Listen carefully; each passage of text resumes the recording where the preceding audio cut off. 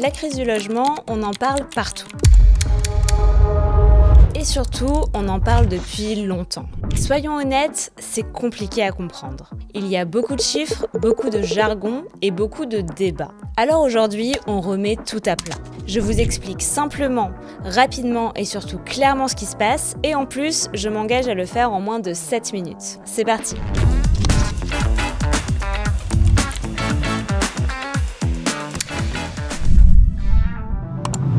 Mais d'abord, c'est quoi le logement? Bah oui, la question peut paraître bête, mais en fait, il faut bien comprendre de quoi on parle. En France, quand on parle de logement, on parle de deux grands univers. D'abord, il y a le logement privé.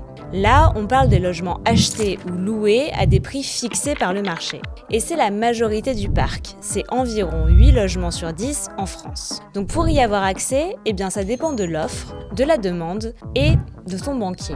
Il y a ensuite le logement social. Ça, ce sont les HLM qui sont gérés par des bailleurs sociaux, souvent soutenus ou encadrés par l'État.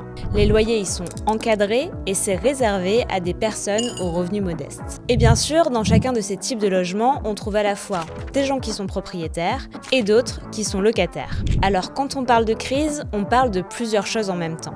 Des prix d'achat qui explosent, des loyers qui ne cessent d'augmenter, des logements qu'on ne trouve plus ou alors trop petits, trop chers, trop loin, et d'un accès à la propriété qui devient un vrai parcours du combattant, même avec un bon dossier. Le marché du logement ne s'est pas bloqué du jour au lendemain. Ce qu'on vit aujourd'hui, en fait, c'est le résultat de plusieurs décennies de déséquilibres cumulés. D'abord, un fait simple.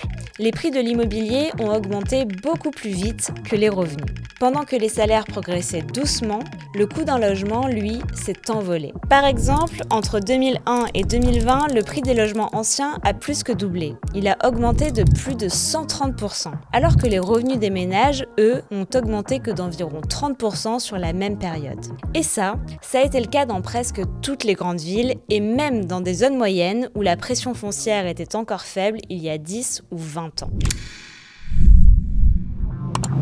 Cette flambée des prix, elle n'est pas arrivée par magie. Elle est liée à une période très particulière du crédit. Entre 2015 et 2021, les taux d'intérêt étaient historiquement bas, souvent en dessous de 2%.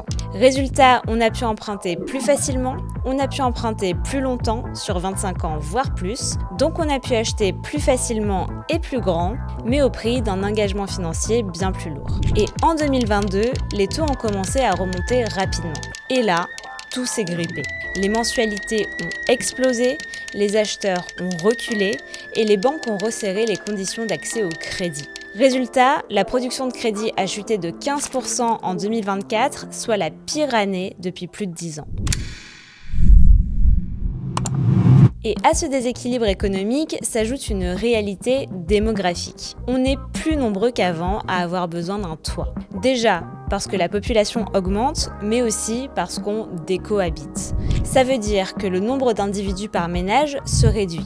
Il y a plus de familles monoparentales ou recomposées, plus de divorces après 50 ans, et tout ça, eh bien ça existait beaucoup moins avant. Alors on s'est en quelque sorte démultiplié. Et il faut bien que tout le monde puisse vivre quelque part. Seulement voilà, il y a cette foutue crise. Et le problème, c'est que c'est un peu un jeu de domino tout ça. Il y a ceux qui veulent acheter, mais qui n'y arrivent plus, et donc qui restent locataires. Ces locataires forcés prennent alors la place de ceux qui, eux, n'auraient de toute façon jamais eu les moyens d'acheter, et qui se retrouvent exclus du marché. Et c'est la même logique côté logement social. Faute de place, des familles attendent des années. En Île-de-France, certains dossiers mettent plus de 7 ans à aboutir. En attendant, elles doivent elles aussi rester sur le marché privé, ce qui augmente la pression sur la demande locative. Donc pas de doute, la demande, elle est là. Mais l'offre, elle, eh ben c'est plus compliqué de la trouver. Et quand on parle de l'offre et de la demande en matière de logement, on a tendance à regarder du côté de la construction. Construire aujourd'hui, ça coûte plus cher qu'avant, parce que les prix des matériaux ont augmenté et aussi parce qu'il y a de nouvelles normes environnementales à respecter. Et heureusement, on ne peut plus construire comme dans les années 70. Mais ces normes, eh bien, elles ont un coût et elles rallongent les délais. Et puis, il faut dire les choses comme elles sont. Le modèle de production actuel est à bout de souffle. Après la Seconde Guerre mondiale, pendant près de 50 ans, on a eu une approche très productiviste du logement. On a construit, parfois trop vite, parfois mal situé, parfois mal isolés. Et aujourd'hui, on ne peut plus faire ça, parce qu'il faut faire mieux, plus durable. Et ça passe parfois par réhabiliter plutôt que reconstruire. Le problème, c'est que ce changement de modèle, il prend du temps. Et il se heurte à plein de freins. Des freins institutionnels, avec des règles d'urbanisme parfois très opaques, des freins industriels, parce que la filière bâtiment ne s'est pas encore totalement adaptée, et des freins politiques, parce que certains élus préfèrent ne pas construire pour éviter les tensions locales et parce que les coûts sont importants. Résultat, les permis de construire s'effondrent. En 2023, on est tombé sous la barre des 380 000 autorisations délivrées. Pour vous donner un ordre de grandeur, en 2019, juste avant la crise sanitaire, on dépassait les 450 000 permis délivrés chaque année. Donc c'est un record, mais un record à l'envers. Et quand on construit moins avec notre système de fonctionnement actuel, eh bien on aggrave le retard, on alimente la crise et on continue à exclure.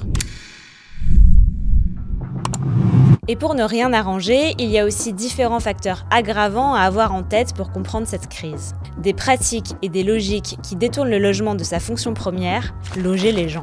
On peut mentionner la location courte durée type Airbnb qui retire des milliers de biens du marché classique. Et on peut aussi mentionner les logements vacants, qui sont plus de 3 millions en France. Certains sont abandonnés, d'autres gardés volontairement vides en espérant que leur valeur grimpe. Et tout ça, eh bien, ça accentue ce qu'on appelle la spéculation immobilière. C'est quand on achète un bien non pas pour y vivre, mais pour gagner de l'argent dessus. Alors on transforme le logement en actif financier et on creuse les inégalités. Et tout ça, eh bien, ça nourrit encore la crise. Merci d'avoir regardé cette vidéo, j'espère qu'elle vous a plu. L'ordre du jour, c'est le média de Matera et à travers cette chaîne, on souhaite vous donner les outils pour comprendre clairement les enjeux du logement. Alors n'hésitez pas à vous abonner et à nous dire ce que vous avez pensé de cette vidéo en commentaire, ça nous aide à vous proposer les meilleurs contenus possibles. À bientôt!